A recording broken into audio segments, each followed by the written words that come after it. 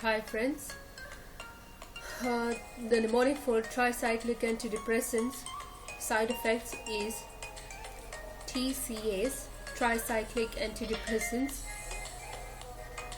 TCAs.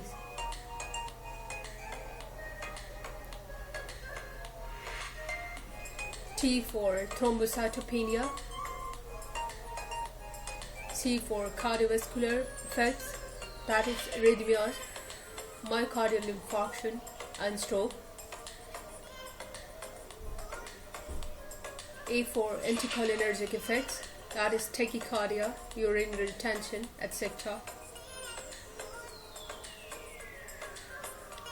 And S for seizures.